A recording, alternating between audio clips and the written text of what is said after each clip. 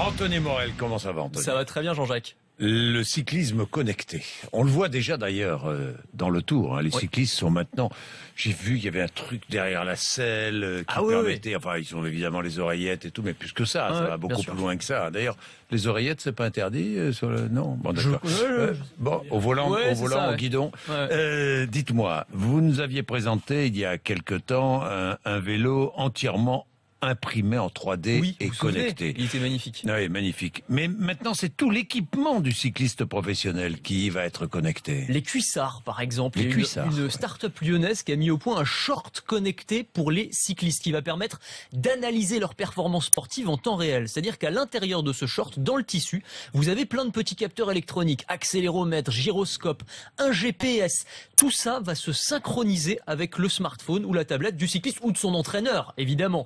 Et on va pouvoir, à la fin de la course, avoir un aperçu de ses performances, de sa vitesse, de son parcours, du temps qu'il a passé en danseuse sur le vélo, du dénivelé, de son rythme cardiaque. Tous ces indicateurs-là qui vont permettre, évidemment, au sportif et à son entraîneur d'avoir un aperçu extrêmement précis de ses performances. Mais ça va plus loin. On peut imaginer des applications pour les spectateurs. À la télé, demain, on pourrait avoir, par exemple, à l'écran, le rythme cardiaque du cycliste qu'on voit à la télé. Donc, on pourrait être complètement immergé dans la course. Le rythme cardiaque de Contador, de Froome, génial, vous vous rendez compte, l'évolution, la puissance développée, et l'évolution au fil de la course. Ah oui, non, mais c'est extraordinaire. Génial. Le casque aussi n'aura bientôt plus rien à envier à celui d'un pilote de chasse. Exactement. On va injecter de l'intelligence dans le casque des cyclistes. Ça s'appelle le LiveBeam. L'entreprise qui fait ça, en fait, travaillait jusqu'ici sur des casques de pilotes de chasse, précisément.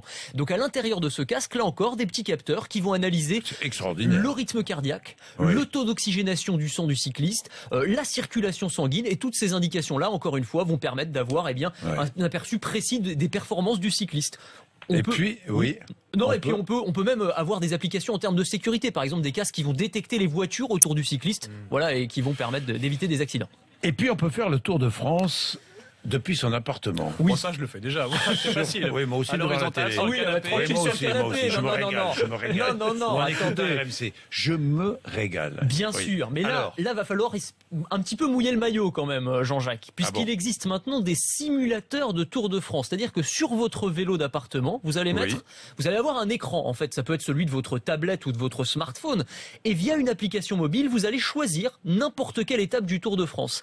Et vous allez avoir l'impression d'y être. C'est-à-dire que vous allez voir les paysages défiler sur votre écran. En fait, ce sont des parcours qui ont été filmés par des cyclistes amateurs avec une GoPro, une petite caméra montée sur le vélo. Et donc, vous allez pouvoir comme ça pédaler en ayant l'impression, de grimper l'Alpe d'Huez, par exemple. Et là où c'est très fort, c'est que c'est connecté à votre vélo. Et donc, en fait, la difficulté, la résistance du vélo va s'adapter à l'endroit du parcours où vous êtes. Donc, par exemple, si vous êtes en train de grimper le Mont Ventoux, vous allez avoir un petit peu de mal, globalement. Vous croyez? Merci.